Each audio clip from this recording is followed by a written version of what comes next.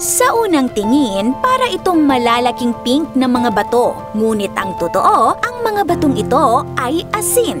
Kilala sa buong mundo bilang pink Himalayan salt. Makikita sa video na napakaraming nakatambak na rock salt.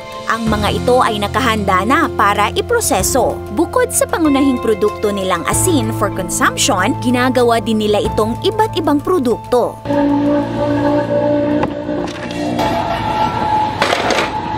Isa na dito ang sikat na Himalayan salt lamp tulad nito. At ganito nila ito ginawa. Una ay pinuputol nila into smaller pieces. Ang ibang factory ay gumagamit ng wet saw for cleaner cuts at iwas na rin sa alikabok.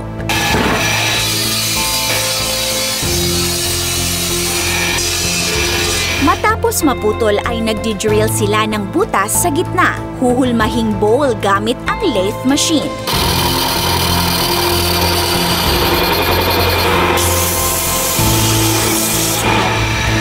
Finally, kakabitan ng base at ilaw. At ito na ang finished product. Karamihan sa pink salt ay namimina sa ilalim ng bundok na ito sa Pakistan. Una ay mano-mano silang gagawa ng butas gamit ang pickaxes at hand drill. Tapos ay nilalagyan ng gunpowder upang pasabugin ito.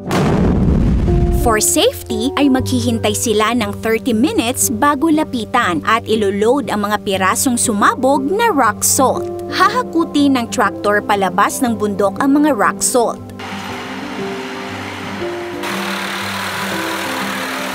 Napakarami ang nakukuha nilang rock salt sa minahang ito na umaabot sa 400,000 tons bawat taon ayon sa Business Insider. Sa labas ng bundok ay pipiliin ang magagandang blocks at ililipat ito sa truck na siyang magdadala sa iba't ibang factories sa Pakistan. At sa processing facility na ito ay talaga namang napakaraming mga pink rock salt ang nakaimbak. At alam nyo ba ang mahal ng asin na ito? Sa Lazada Laz Mall, may nagbebenta nito na halos umabot na sa 500 pesos per kilo. Malayo sa presyo ng common iodized salt. Bakit kaya mahal ang pink Himalayan salt?